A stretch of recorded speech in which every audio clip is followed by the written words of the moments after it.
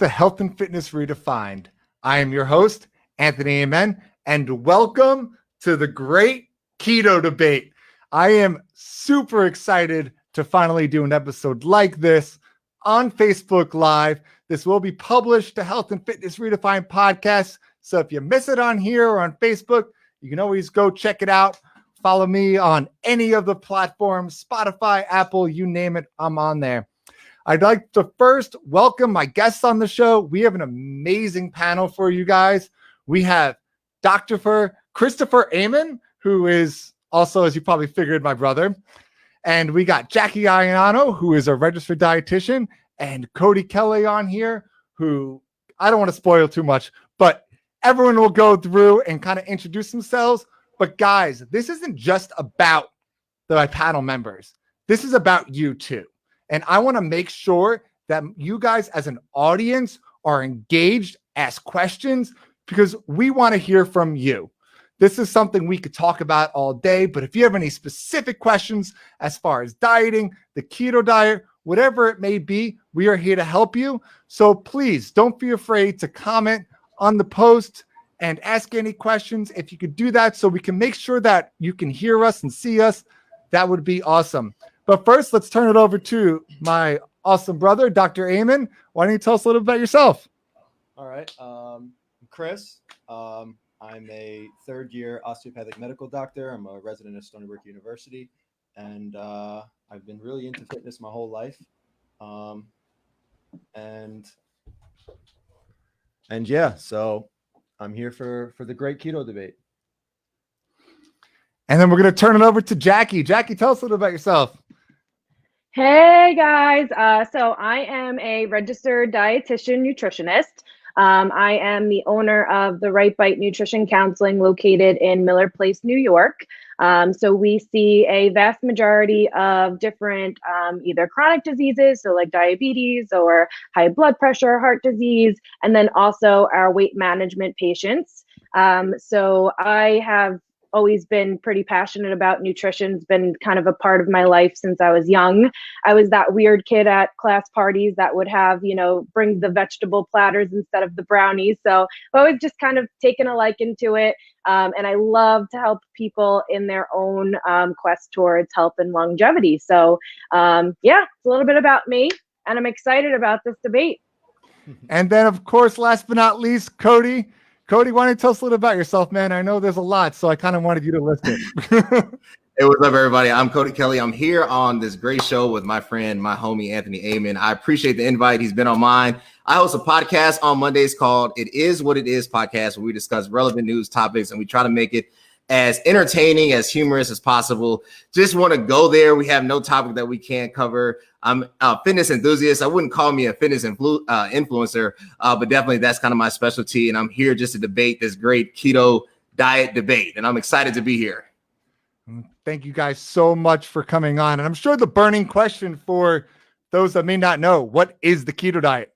To some people that may sound like, oh, I never heard of this before. I'm sure it's mostly mainstream now, but I'm actually going to turn this right over to Jackie. And Jackie, just tell us in general, what is the keto diet and how would you classify something like that? Sure. So the keto diet isn't anything that's new. It was developed around the 1920s, most commonly for children with epilepsy. So it helps with their seizures.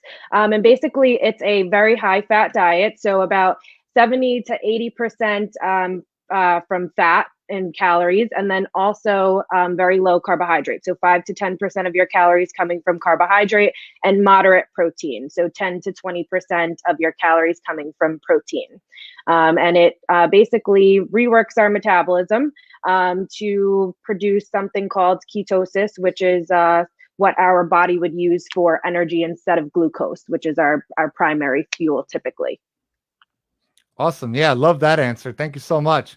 You're and then welcome. I kind of want to go into a little bit more of the history. So Cody, as a fitness person, right? You've been bouncing around the gyms a little bit here and there.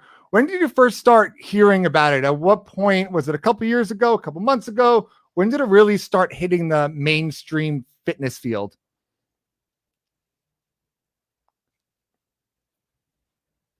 Hold on. All right, good. The keto diet hit about a couple years ago. I think the rise in it, obviously, anytime you get anybody from Hollywood that loses a great amount of weight and they attribute it to a diet, it becomes like wildfire, right? And it's like, look, I ate potato chips for 3 months straight, and now look at me, you know? So the problem with the keto diet, in my opinion, and obviously I'm not a doctor, I just wanted to put that disclaimer out there, is that just because it might work for one specific person doesn't mean it's universal, right? There's so many different variables and factors that go into weight loss or just body transformation as a whole. Has it been proven to have some type of positive, I guess, transformative ways? I don't doubt that, right? I don't doubt it at all. Would I subscribe it?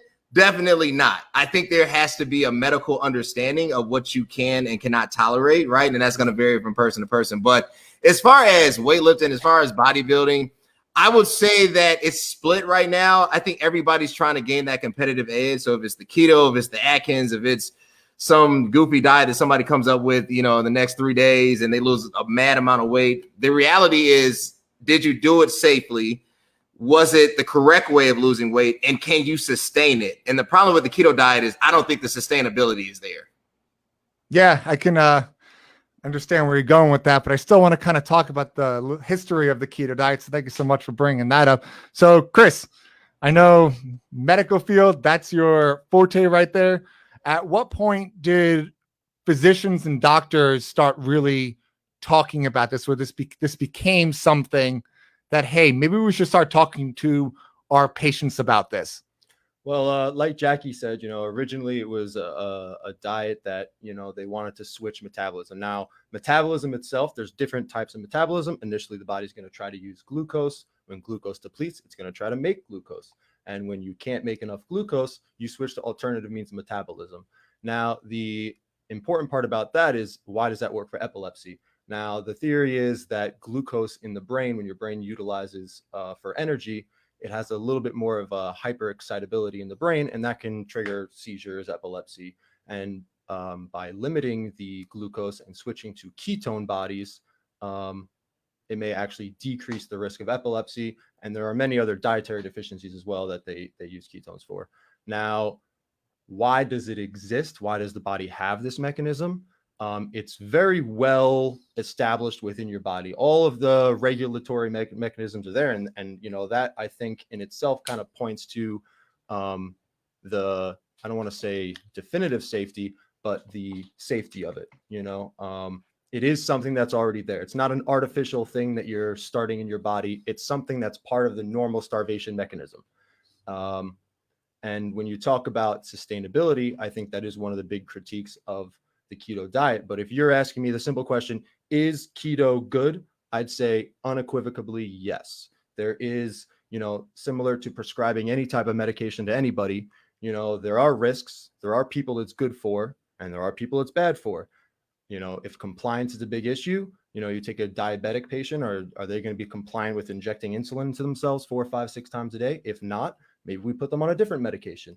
And I think it's a similar type of that. It's another tool in the tool bag for a certain population, but we'll get into that.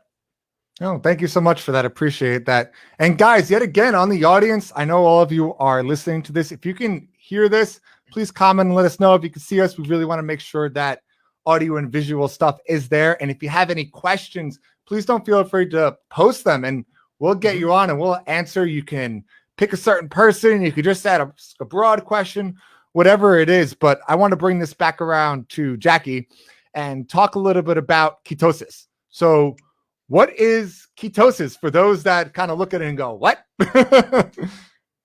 All right. So basically, to kind of put it in simple terms, once, as Chris said, once your body is done tapping into your glucose storage, which is your main source of energy stored in your muscles and your liver, your body will now start to basically break down its adipose tissue, which is your fat. That's our storage, our other storage mechanism in our body. So once it starts to break down fat, we go through a period called ketosis, and we start to produce ketone bodies, which is another form of energy that our body can use. So now our brain's most preferred source of energy is going to be glucose. But the next best thing, if there isn't any glucose, would be in the form of ketone bodies. Okay, love that answer.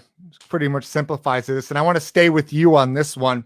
Sure. So, general question is something as someone being in the fitness field gets asked all the time. And then we're going to swing this same question right to Cody, is something called the keto flu. And I know that's just a street name for it, but why don't you break down the keto flu a little bit for people and kind of explain what that feels like for the individual and why it's either good or bad? So I'm going to stick with that one right to you, Jackie. Oh, me. Okay. Um, so the keto flu, generally speaking, and I think this would be a good question for Chris too. But basically is when your body's not necessarily getting the right amount of energy, could be low blood sugar, and it's going to cause some symptoms of like fatigue and overall just tiredness and kind of the symptoms of a flu, just not feeling overall well. And that could just be attributed to the fact that the body's really not getting its preferred source of energy. It's now getting it from an alternate source. Okay. And Cody, as someone in the fitness field, and probably have seen this before, how do you feel about the keto flu? And why don't you kind of explain a little bit about how you see that through your day-to-day life when people start with the keto diet? So with the keto flu, and I'll make this personal, and I think that Dr. Chris can attest more to this. He hit it on earlier. This is probably for a more segmented group of the populace. So, obviously I don't have to answer this question due to HIPAA, but like I have type 1 diabetes, right? So the keto flu is very similar to when my glucose levels go low, when I'm suffering from hypoglycemia. When you look at it, you're talking about the brain fog, you're talking about cold sweats, you're talking about really a breakup of what I call mental clarity and cognitive ability. And I think long-term that's dangerous, right? So like I have to be careful that I don't go too high, neither too low. And it's really about maintaining a balance, right? And so if you're going to basically get on this diet and subscribe yourself and you're suffering from these flu-like symptoms, which is very similar to someone who deals with diabetes who goes low, and the symptoms are almost parallel. I think that's a warning sign. I mean, like if it happens once in 3 months span, I think that's fine. But if you're continually suffering from this, that should be a trigger to say this diet is not for me, right? So those who are subscribing themselves to this diet, I think you really have to align yourself. I would say the first step is to get with a doctor like Dr. Chris, get with a registered nutrition. And just see, can I possibly get on this? And this, like I said, it's going to vary based off of your own medical condition, based off your own status, what you can and cannot tolerate. I myself, I personally couldn't do it because it would have an adverse effect on my health, right? So it's not that I'm antagonistic toward the keto diet. I do believe it can be efficient. I do believe when you're trying to turn that engine on, right? I've seen the reports. It does create some type of efficacy. But for me, that's why I stated my own personal case, I could not sustain or allow myself to suffer from this keto flu, because over basically the length of it, it would do debilitating effects to me. So with that being said, I'd be totally against it. Thank you so much for that. And to turn that obviously right over to you, Dr. He's sitting here. He goes, I got an answer. So why don't you break that down a little bit for us? Sure. So the keto flu is basically, first of all, it's transient. And let me explain what that means. It goes away. Now, the initial source of energy is simply glycolysis, which is the breakdown of glucose to use for energy ATP. Once we are, depriving ourselves of carbohydrates, simple and complex sugars, you start to have low blood sugar. So then what happens? Now your body has these stores called glycogen, and glycogen is predominantly stored in the liver, but it's also stored in the muscles. Those stores only last, I believe, about a day, or I think it's just a day. After that, you're not going to have enough ability to break down the glycogen, convert it into ATP, and sustain the brain and the rest of the body. So then what does your body do next? So that's when you start to feel those keto flu symptoms, right? Your blood sugar is low, your glucagon, which is a hormone that is stimulating gluconeogenesis to make more glucose, is really high, and your insulin is super low. That sounds good for diabetes. We'll get back to that. Then what happens is the glucagon, when sustained for a period of 2 to 3 days, sometimes up to a week, your body will start to use fatty acid breakdown. Now, what that is ketogenesis, right? You're breaking down fatty acids to create these ketone bodies for energy.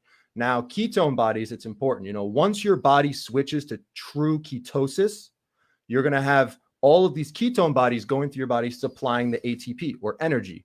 Now, to say which one is better, while, Jackie made a very good point, glucose is the preferred energy source of the body, but it's only because it's easier. It's not because it's better. If you actually look at how much ATP or energy an equivalent amount of glucose produces versus how much these ketone bodies are using, the ketone bodies actually produce significantly more ATP or energy. So you can actually, people describe mental alertness, mental awareness. They're sharper. They feel more energetic. And it actually has a reverse effect. So that keto flu that you described is transient in most people. And again, nothing is black and white. So I have to put that little disclaimer on it because, some people cannot tolerate it because, similar to diabetic ketoacidosis, which is a ketotic state in the body from, type 2 diabetics, they feel terrible, absolutely terrible. And their ketone bodies are through the roof, but their glucose is also through the roof. And I don't want to get too deep into the pathology of type 2 diabetes, but that effect is like permanent keto flu and it doesn't go away. So healthy ketosis and unhealthy ketosis are very different things. Very interesting. It looks like we got a question on here from Rob Taramina. Just want to blow that up for me. How long should someone do the keto diet? Let's bring that right back to Chris. So why don't you explain a little bit to us? How long should someone be doing the keto diet for? Great question. Now, I want to, I'm a big disclaimer guy. You can't answer this question. It's not just, oh, this amount of time is good for you. I look at it more as an end goal. People have unrealistic expectations that they're going to be able to switch their bodies to a ketotic state, get in this ketogenic diet, and they're going to do it for the rest of their life. Super unrealistic. And when you eventually switch back to a standard diet, compliance is a big issue. There's often rapid weight gain because people don't do that properly.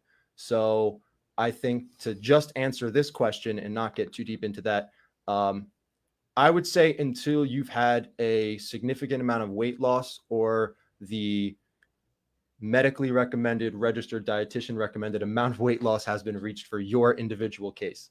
In an extremely, morbidly obese person, we may be looking for 50, 60 pounds of weight loss where they're going to be on it for months, sometimes up to a year, but I think staying on it for 10 years is probably unrealistic.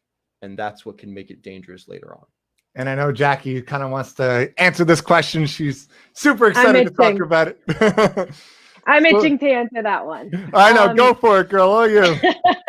All right. So basically, that is kind of like Chris was saying. It's a difficult question to answer, but honestly, the big thing is that we just don't have enough evidence right now to actually answer that question. There really isn't significant studies that have been done to show the long-term effects of keto, which is one of the biggest reasons why, generally speaking, and again, there's always going to be that exception to the rule, but generally would not be my first path of weight loss for a patient. We just don't know enough about it in terms of the long-term haul. And it can be super destructive whenever you're going to put a patient on something like that, because again, no answer to that particular question. And there's plenty of other ways that we can go towards the path of weight loss that we do know the long-term effects of. Nice answer. And then Cody, personally speaking, friends, family, I know you said you knew some people that do it, don't do it.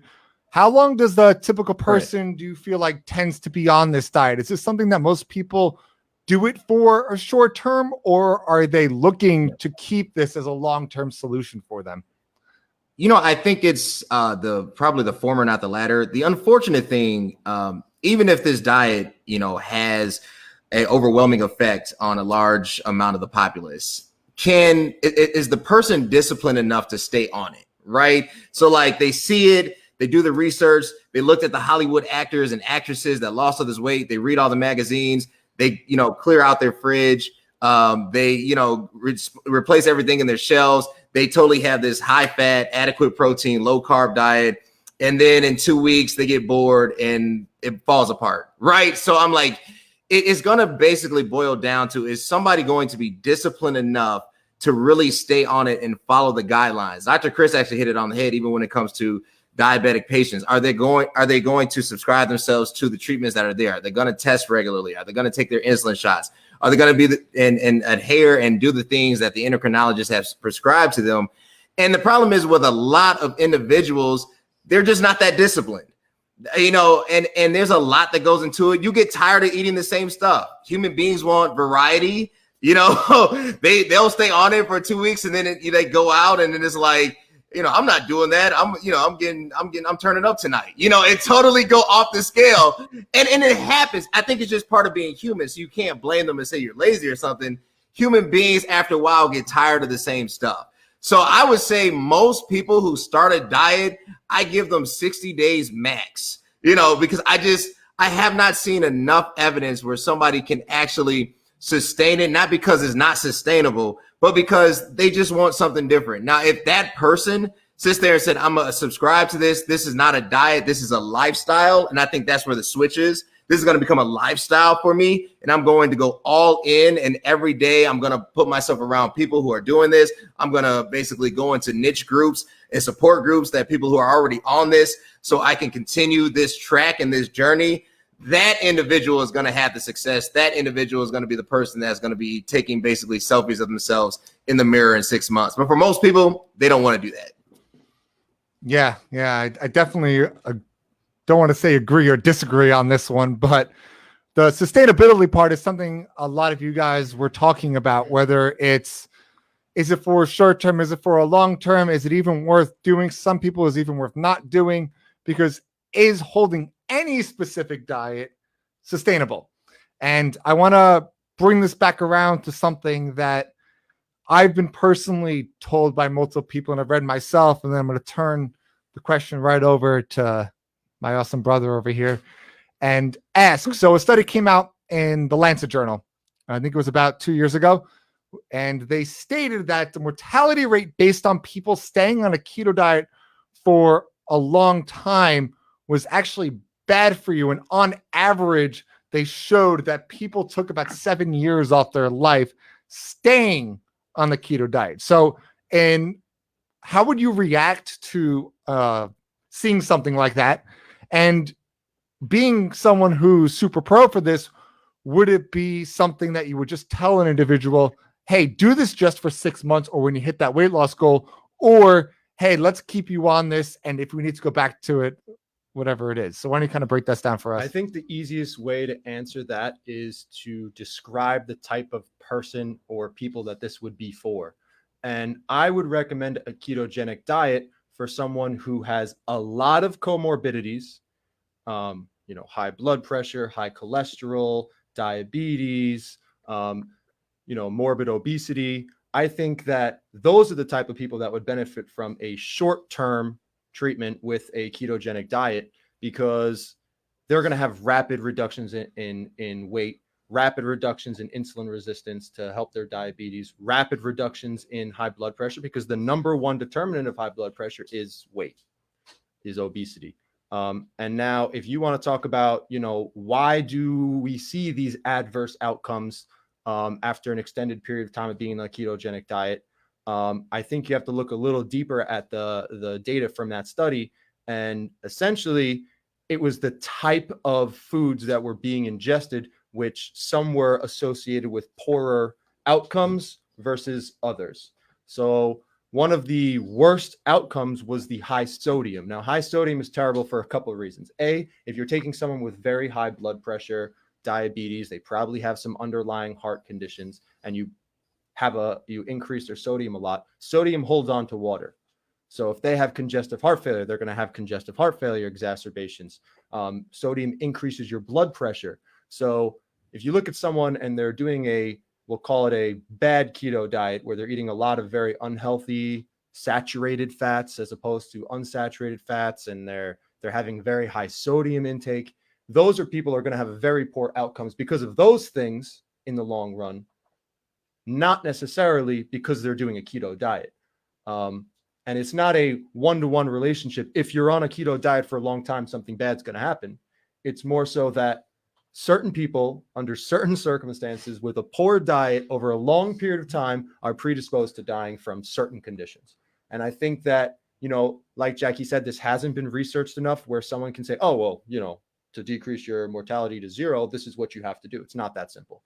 But I will tell you that the benefits of rapid weight loss, the benefits of treating your diabetes, lowering your blood pressure, far outweigh any 7-year decrease in mortality for a few people that are on this for a long term. And I think if you can use this as a prescription for certain populations with all these comorbidities, rapidly decrease their weight loss, and then properly transition them into a more manageable long-term diet with portion control or low carb, high protein, something like that.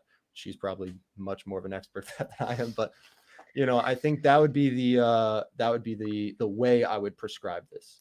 And we got a question on here. Is this a good diet if you have IBS from April? Let's turn this over to Jackie. All right. So it wouldn't be my first recommendation. And the reason why is it gets a little bit complicated. But on a keto diet, because it is so high fat, we do run the risk of an individual having a lower fiber diet. Now, with IBS, sometimes we do recommend a little bit lower fiber, depending on the individual and where you're at with your IBS. In general, if we're having poor gut health, generally it does stem from a lack of fiber in the diet. Keto is basically that. Now, we're not getting those good soluble fibers that are fermentable and promote a good healthy gut microbiome. So in terms of an IBS patient with the keto diet, it's not the first thing that I would generally recommend because of that. Now, in terms of IBS, usually patients will be able to tolerate certain vegetables and certain fruits. And now with the keto diet, we're now going to be taking a deeper look at that. And those might not be options anymore. And again, contributing to that overall lack of good gut microbiome, which is so important when it comes to IBS, ulcerative colitis, any of those GI issues. Awesome. Thank you for that. And I'm actually going to turn this next question right over to Mr. Cody there. And then I'm going to actually swing the same question over to Chris. Should you do the keto while on a heavy exercise program? And Cody, I know you're a little bit against it. So I kind of want you to talk about what program would you personally do, or what do you think the best recommendation is for a diet for a heavy exercise program? And then I want Chris to kind of extrapolate off of that specifically with keto. Yeah. I think when it comes to a heavy exercise program, that has to be broken down. There has to be an in-depth analysis. It's going to vary. Like one's definition of heavy is what? I think we have to start with the person, their body weight, their goals, and basically the image that they have and the trajectory that they want to obtain.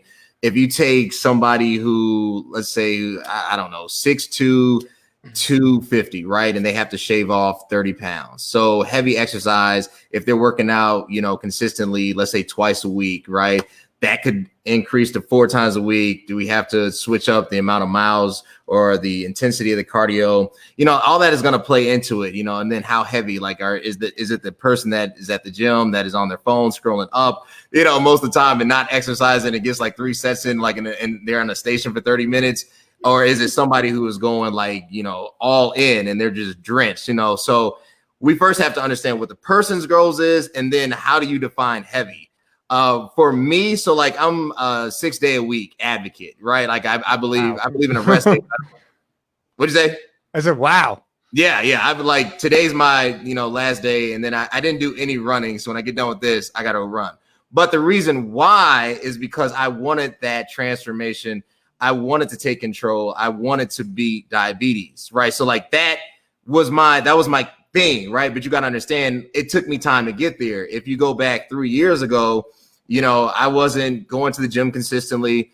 I kind of gave up. You know, when you get into your 30s, you get like a complacentness, like you like, whatever, like I'm married, so, you kind of fall into bad habits, right? So like I had to really start from the bottom and really build this. So we're talking about a heavy exercise program. We have to really understand what that means. And it's going to vary from person to person. It's going to vary for things that they can do versus they can't do. What triggered it for me was basically I fell into bad habits. My back went bad. I had spinal surgery almost 4 years ago. And I was at a point I was just unhappy with myself, right? My physical state. I wanted to do something about it. So whatever type of book I could get my hands on, I read from intermittent fasting. I read Eat, Sleep, or Don't Eat, Sleep, Think, like, just anything I could do to optimize results. I really wanted to investigate because I needed to know for myself what that specific program is going to be. How can I tailor it to my needs? Me and my endocrinologist put a plan together to really see what I could and versus what I couldn't take. For me, and Anthony knows this, like even the protein I take is vegan. I wouldn't call myself a true vegan because like I have friends that are ethical vegans.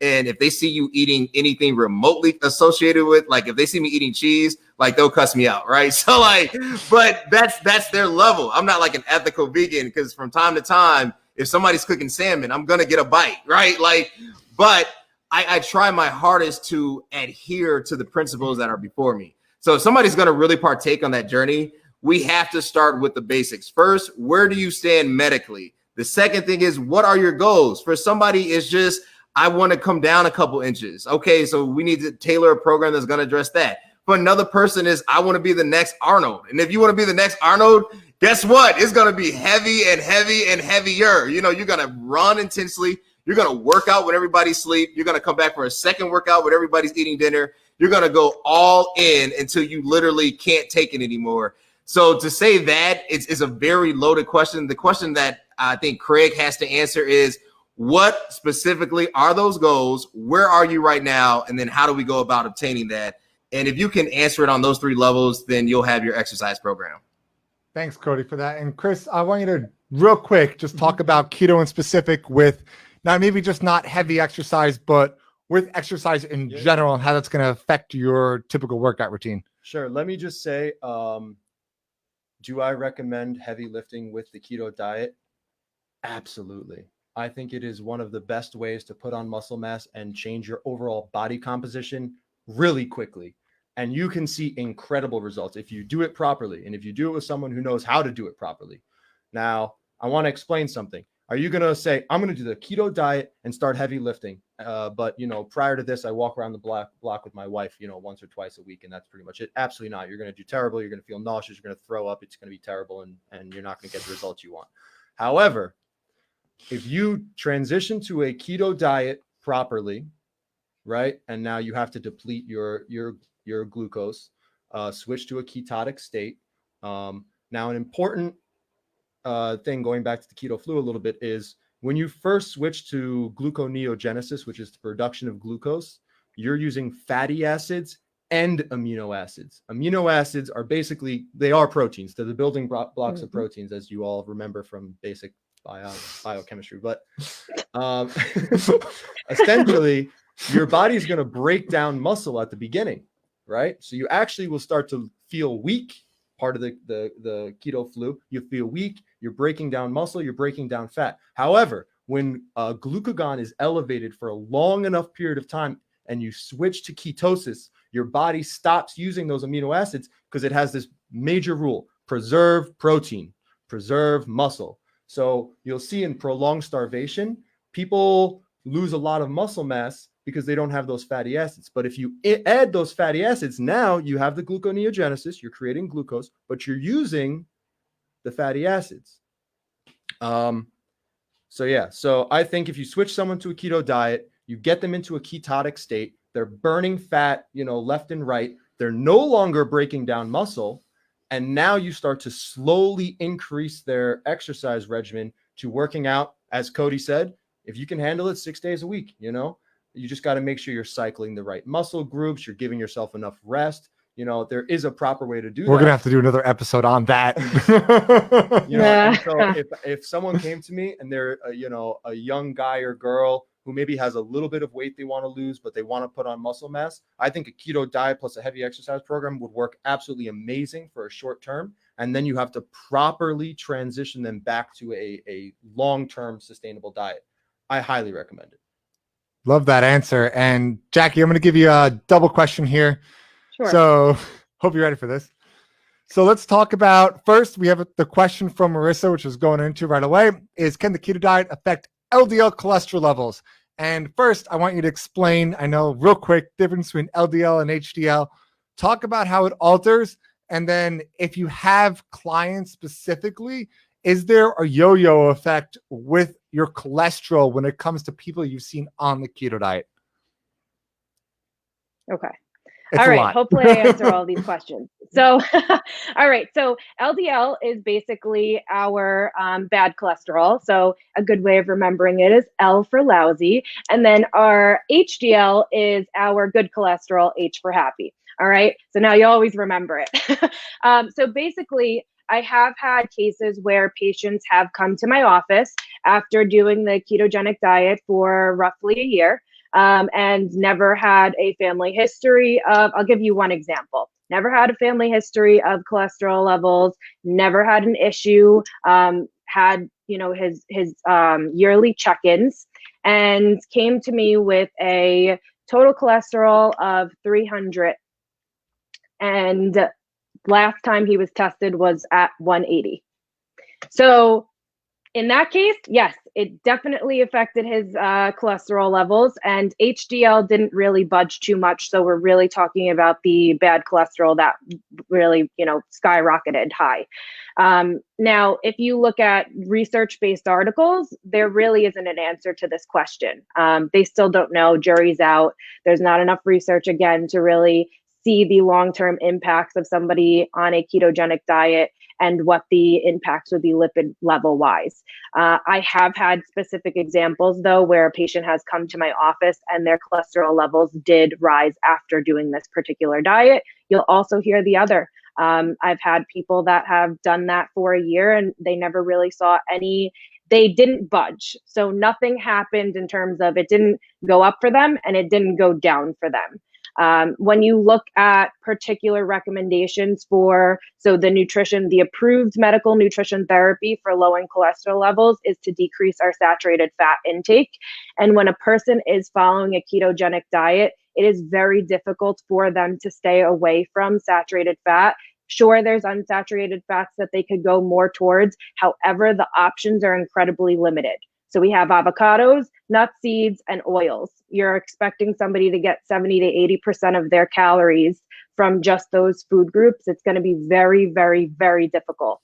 So a lot of the times you see those individuals go more towards the heavy creams and the butters and the red meats, and they can satisfy those needs much better. So in short, it's not the typical medical nutrition therapy for lowering cholesterols, and I would not recommend it. Thank you so much for that. And Cody, I'm going to swing a different question your way.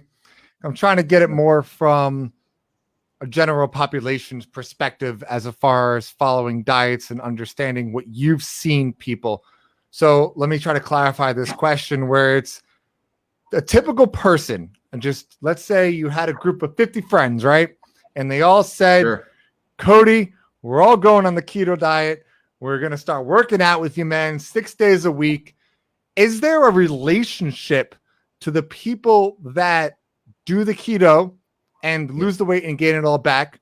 Or have you seen people who start with the keto diet kind of lose weight and keep it off? Where does the relationship come in hand, no matter how much they're exercising, if they all exercise the same amount? Yeah. Is there a relationship to what you've seen with general people, those friends that do the keto diet? Do they gain the weight back, or do they generally keep it off?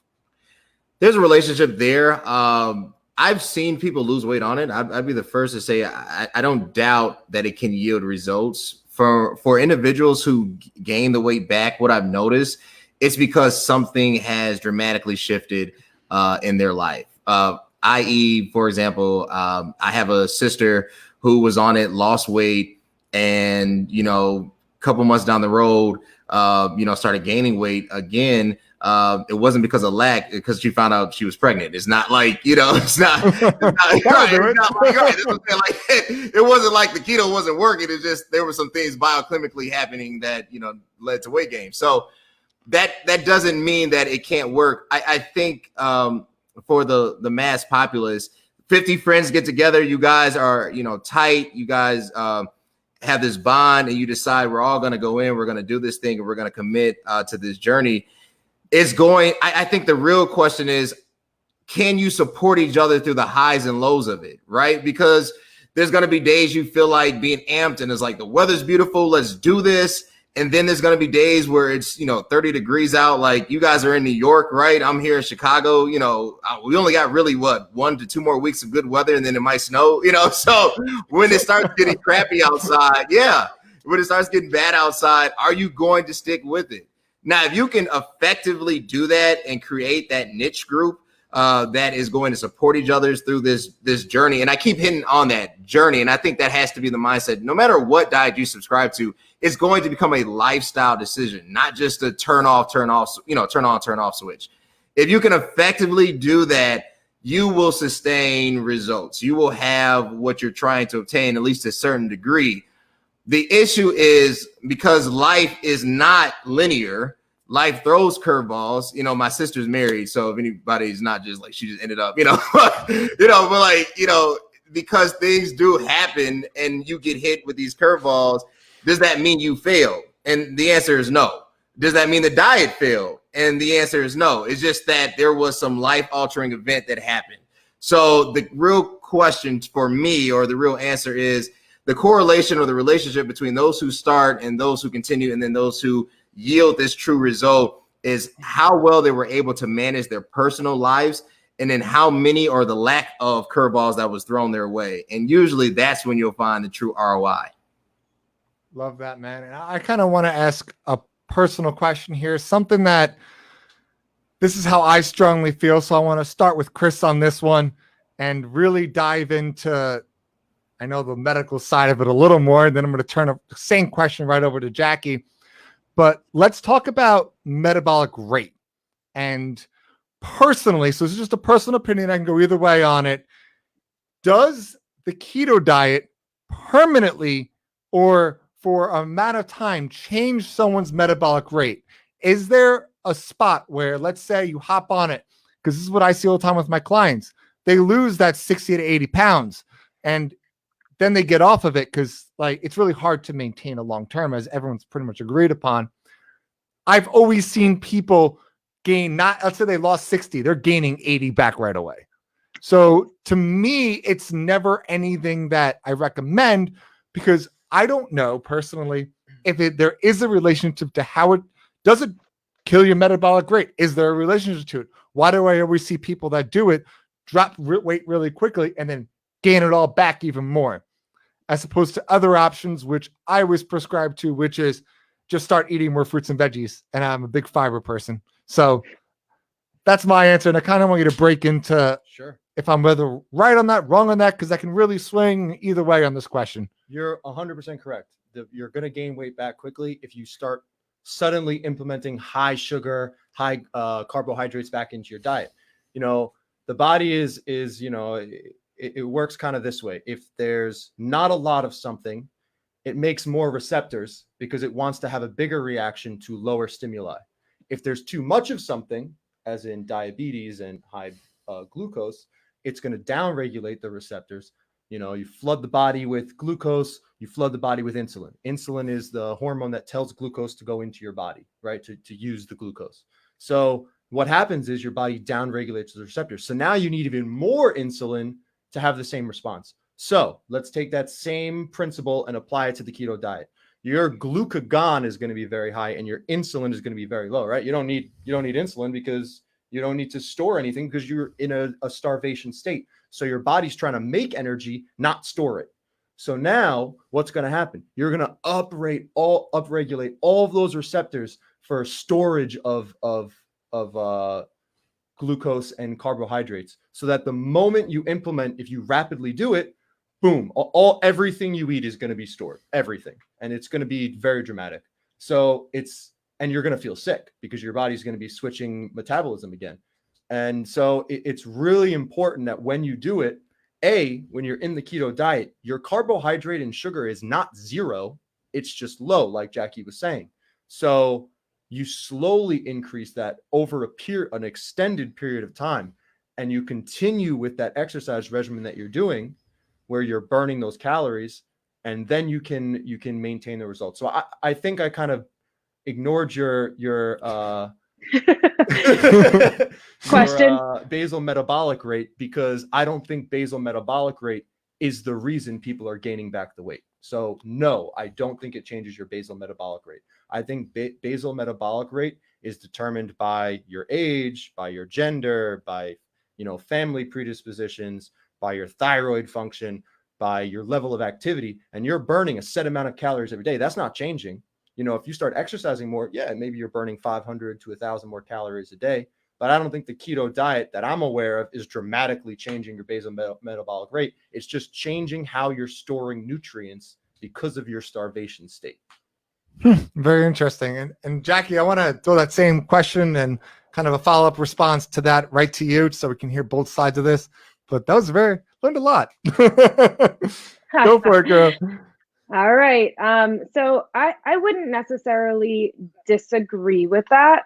One of the big things when it comes to weight loss is that basically your metabolic rate, no matter how you lose weight, can be affected, meaning that it will go down because it's based off of your weight, your age, lots of different factors, as Chris mentioned, but particularly our weight. So as you're losing weight, which is a side effect of a keto diet, or really any diet that you're going to put a patient on, metabolic rate will slow. Our body does not really want to lose weight. So it hates to lose weight, actually. It's much easier to gain weight than it is to lose weight, which is why it's incredibly difficult for any individual to start a journey like that. Now, when it comes to our metabolic rate on the keto diet specifically, again, unfortunately, there's just not enough research to really say one or the other. I have seen individuals that do any type of crazy fad diet, including the keto diet, where they're almost just stuck in this terrible plateau, and it's very difficult to get them out of it. Any diet that's going to be basically you're putting the body into a starvation mode. So that's our body's mechanism to protect us. I feel like if we ever have to really stress out the body to go through starvation mode, is probably really not the best way to instill somebody's weight loss or have that be, an impact.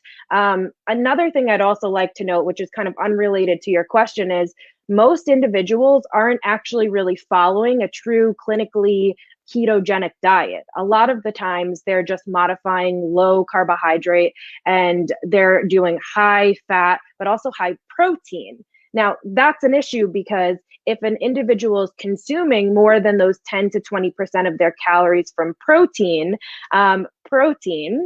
like glutamine and I believe alanine is the other one, in a process called, those are amino acids, in a process called gluconeogenesis, we can now take those amino acids and produce glucose from them, and that's now our energy source, and people are not reaching ketosis. So most people, and a lot of the, stars and athletes that do follow ketogenic diets, it's really a modified keto diet. It's really just a low carb diet, which does have efficacy in terms of weight loss and is not as dramatic in terms of what a ketogenic diet would do long term. So sometimes when we're talking about a keto diet, I'd like to put that out there.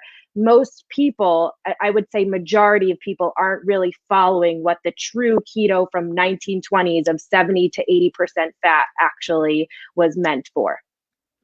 Very interesting. I'm going to go right back to Chris, and then I'm going to go right to Cody on this one. I want to jump off of what Jackie was talking about, which using proteins for energy when you're having a high protein diet with a high fat diet, as opposed to the fats, which you need for ketosis, correct?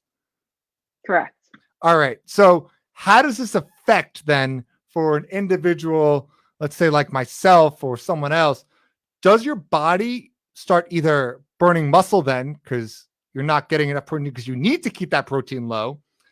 And if you're burning muscle off your body, like personally, I know through personal training that muscles will help boost your basal metabolic rate because muscles are way more dense than fat and burn calories at a higher rate than fat does. So that's why you have heavy bodybuilders, kind of like what Cody's saying, where you look at Arnold or you look at Michael Phelps, they're eating about 5,000 to 6,000 calories a day. Those aren't big individuals. It's because they have so much muscle in their body. So ultimately, is keto going to start depleting our muscle mass? Yes, or it's more of like a yes or no question. I'm very curious to know the answer to that. No. Okay, why? Because I'm see what I mean? All right, so let me explain it this way. The muscles, so going back to gluconeogenesis, there are those two pathways that I spoke about, right? You can either use fatty acids or amino acids. And now what Jackie's saying is if you have too much of the protein or amino acids, your body's like, ooh, glucose, starts breaking down the amino acids, you switch back to glucose metabolism. You're not in a ketotic state. So the idea is to keep the proteins low. And there are different studies that look at this and they say like 1 to 1.5 milligrams of protein per kilogram of body weight. And there's different, you'll find a million different things. But the idea is that you can't have too much protein where it's enough to sustain the energy for the day. If you're having less protein than what's enough to sustain the energy for the day, you have to use, the ketone bodies for energy for your brain and et cetera. So essentially, what I had said in terms of muscle mass is your body's not going to be breaking down muscle for energy if it has those fatty acids, fatty acids or protein. If it has those fatty acids from the diet, it will not be breaking down muscle mass, and you put on muscle mass very fast. And having muscle mass increases your basal metabolic rate, like you said. So very interesting. And Cody, I kind of want to throw a different question your way. Sure. They were talking a little bit about, both of them, the different types of keto diets that we see. A lot of people don't do a true clinical keto diet, and I think that's pretty safe to say. So being in the world and understanding, what do you generally see people do? Are you seeing people try to follow the true clinical keto diet, or are you seeing people leaning more something called dirty keto, which everyone calls it, where they're taking a stick of butter, throwing it in their coffee and saying, there's my substitute for sugar? Honestly, it's the latter. Jackie hit it on the head. Dr. Chris nailed it. People will try to look for that cheating way instead of, the foods that you should, the avocados, the nuts, and to really, get kind of that higher fat intake. They'll just throw the butter in there. They figure, well, is fat not fat, right? Because being honest, like if you think about what it really takes to adhere, you're talking about the sources of food that you're deriving these nutrients from. If I can get something in a micro level that is faster, that is cheaper, I don't have to sit there and prepare. If I can, instead of, weighing out, putting ounces, meal prepping, if I can go to the store and buy a bag of potato chips, why not? Right. So that's the problem. Dirty keto is a real thing. Dirty vegan is a real. I don't want to say that because I don't want to offend my vegan friends, but there's people who just, it's like, hey, these are the fundamental truths of the diet. This is how you adhere to it. If you do this, you'll yield the results. People will try to find a modifying way. They'll be like, yeah, I'll do this every day, but on Thursdays, that's when I go out with my guys and I drink. I'll do this on Fridays, so that modified version of just any type of diet is real. Like dirty bulking is real. Like just the lack of discipline, not because the human being is necessarily lazy. It's just that people want to, I don't want to say cheat, but people sometimes get fed up with this level of consistency. So people vary, right? So that's a real thing. You see it all the time in the gym. You hear it all the time. I have worked out. This is God the honest truth. And this is not funny, but it's going to be funny. I worked out. It was chest day. Kill. I saw the same guy. He was in there. He was killing. There's a White Castle right by our gym. Literally, he drove. He could have walked there. He drove from the parking lot of LA Fitness, drove to White Castle, got himself like a Crave case. I saw because he was outside. The weather was good. Not only was he eating White Castle, he was smoking a cigarette. So you think about it, like if you can do all that and then the next thing you do post-workout meal It's a Crave case of White Castle. White Castle, please don't sue me. I don't have any beef with it just doesn't align. There's nothing on the White Castle menu that's going to align with any diet, so that's just the human nature. And I think that's the human condition, and all of us have it and all of us struggle with it. Thank you. And I kind of want to do one more round robin around to everybody. So you're all going to get this same exact question. One, any final comments you want to throw in here as far as personal things you want to talk about with it? And then two, regardless whether you're pro, against, I want to know specifically, you don't have to dive too much into crazy stuff, but is there any population you would absolutely recommend the keto diet for? Is there any population you would definitely not recommend the keto diet for? And is this good for the gen pop? So I know that's a little bit broad, but just kind of break down, talk about any final comments. And then are there any people who'd say, yes, you should definitely be doing this? No, you should definitely not be doing this. And for the general population, yes, no, I don't know, maybe. So Chris, we'll start with you and then we'll go around. So we got three populations that you want me to talk about. Start from the top, work our way down. So for the morbidly obese population with multiple comorbidities, high blood pressure, high cholesterol, we didn't really talk about the high cholesterol, diabetes, things like that. That population, 100% recommend. Do it with someone who knows how to do it. Do it properly. Implement exercise. And when you stay on it for as short of a time as you can, so you get the desired results. But that weight loss is so beneficial because of how bad it is to have all of those comorbidities, how dangerous it is every single day for your heart, for your lungs, for your liver, for your brain, Alzheimer's, everything. Just having the high blood pressure, high cholesterol, diabetes, that metabolic syndrome, is so bad that the rapid weight loss, while there are drawbacks to ketogenic diet, they far outweigh, the benefits of losing that weight far outweigh the minor risks to doing it. And if you're doing it properly, the risks are very minimal. So now you look at the general population. I think I would recommend the ketogenic diet to the general population if they're doing it with a regimented exercise program for a short period of time with someone who knows what they're doing. So it sounds similar. As long as they're compliant, and you can pick those people out, I do personal training as well. A compliant person from a non-compliant person the moment you shake their hand, Yeah. And so you kind of like, who's going to be good at it. They come in, they're motivated. And then you see those other people and you're just like, maybe we'll just, not do that for them. And then for, what was the third population? Any population that you would definitely not recommend this for? Definitely would not recommend it for the non-compliant population. I think if you're not going to do it properly, don't do it at all. If you're going to go out with Cody on Friday night and get drunk and then have pizza at night, it's probably, I don't drink. I don't drink. So there's nothing to worry about there. well, I do. So if they go out with me, my point being that, if you can't, I love what Cody said, it's a journey. If you can't commit to that journey, don't do it. That's it. Honestly, if you can't commit to the journey, don't do it. Love that answer. And Jackie, we're going to turn that same question right over to you. Go for it. So I'm sure we all know this by now, but I generally wouldn't recommend it to really anybody. And because there's so many better ways that we could do it. And in my opinion, so with a dietitian, one of the biggest things, so yes, medically, from a paper perspective, Chris, yes, you could say, well, that's really great. And we can put somebody on there and they'll lose the weight fast and then we transition it over. Unfortunately, it doesn't always work like that.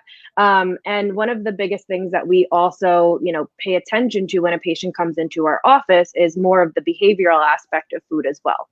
Now, that poses a lot of issues when we're putting them on something so restrictive, because a lot of the times this is the main reason why 95% of diets fail. And that's just because it's too restrictive in nature for most individuals to really do. My first question to everybody to ask themselves when they go on board with me is, you need to make sure that this is something that you could do for the rest of your life. Right. This is a commitment. This is not, the latest fad diet where we put you on it and then, we fix your issues, you're down weight. And now you're like, hey, well, now what? What do I do? And when you haven't had a piece of cake or cookies or anything like that in a really long time, generally speaking, what ends up happening is you have that and you can't really necessarily control that. So we're not really able to remove out. That's why anytime we remove out a particular food group, it's not great because people don't normally know how to deal with that once it gets introduced back into their diet. We can't remove out family gatherings and culturally what we do where, when we celebrate birthdays, there's usually a birthday cake on the table. And to me, I feel like that's sad that my patient wouldn't be able to, contribute to that because of the specific dietary regimen that they're on. So my big thing is to find a sustainable relationship with food. Another thing too, that is one of the biggest issues with the keto diet when I have somebody come into my office that has done it in the past is they're afraid. They're afraid of carbohydrates and they're afraid of complex carbohydrates, which are great for us, our whole grains and our fruits and our vegetables and all these things that we know, like at this point in science, we know Mediterranean diet, DASH diet, all of these specific eating regimens that are high in our fiber content are great for us. So in my opinion, and I don't have to really remove out anything from their diet, we just modify the amounts of specific things and we can work with their specific lifestyle. So yes, on paper, keto diet, you can lose weight. Atkins, you can lose weight. You can lose weight on the cabbage soup diet. There's so many ways to lose weight.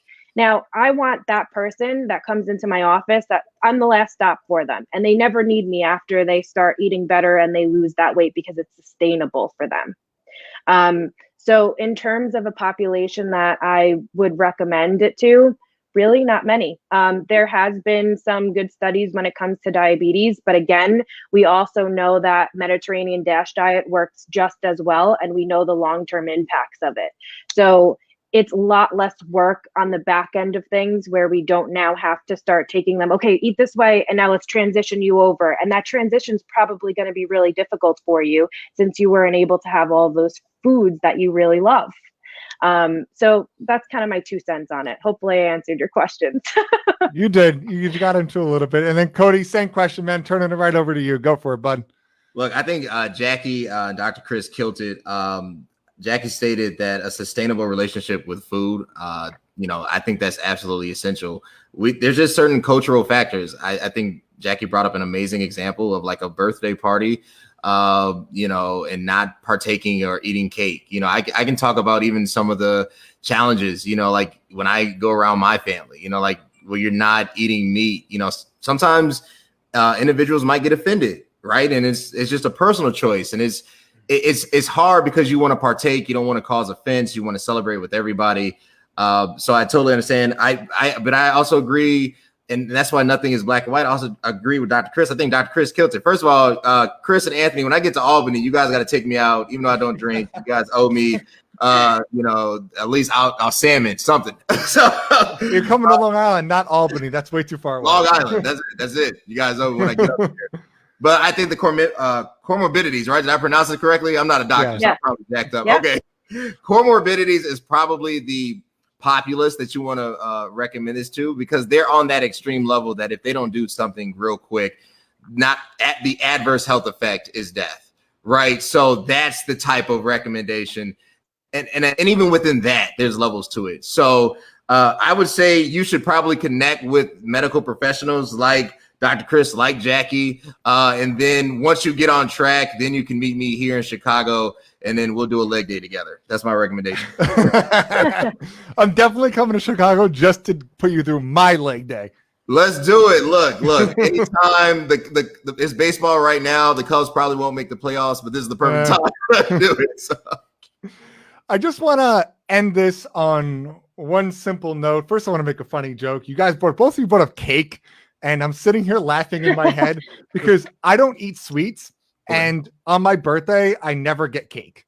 And my family always looks at me like, what's wrong with you? Mm-hmm. I remember one year I got, most of the years, I usually just get a bowl of blueberries and put a candle in it. Like that's my happy dessert place. And you see culturally how people look at me and they're like, wow, you're crazy. Like you don't want to make one little sacrifice. No, I just really don't like it. So I definitely understand that.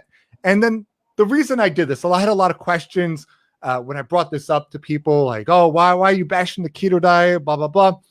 I didn't do this episode to specifically target the keto diet. I picked a controversial topic that we were comfortable talking about to explain what all of you said. Nothing in the world is black and white. Right. Everything has neutral grounds. And that's the takeaway. I want to give this to everyone. When you listen to any of my episodes and you're like, Anthony, you really recommended this. I'm going to follow that to a T. It's, well, maybe. So you follow studies, you're looking at certain things, but give and take on a lot of relationships with a lot of different stuff, no matter what it is in your life. And that's when you truly learn and are able to come up and extrapolate different ideas. You take a little bit from everything, put it together, and then there's your personal opinion, which can always fluctuate and change. Because I know, and Jackie knows, and Cody and Chris, health and fitness changes every single day. What's popular today is not going to be popular tomorrow, wasn't popular last year. It's crazy. You even go back just to the 70s where the FDA is telling us to eat high sugar diets because fats are the reason that everyone's really overweight. Like, that we know isn't true anymore. And it wasn't that long ago that we were pitching this out to the Gen Pop. So understand this, take that as your take-home message, and thank you guys so much for coming on. I really appreciate all of you being on here. And thank you for joining us on this week's episode of Health and Fitness Redefined. Thank you for joining us at the Great Keto Debate. And like I close every episode, all of you said it, fitness is a journey, not a destination. Until next time, guys, thank you so much for coming on. Thank you for having us. Thank you. Thank you.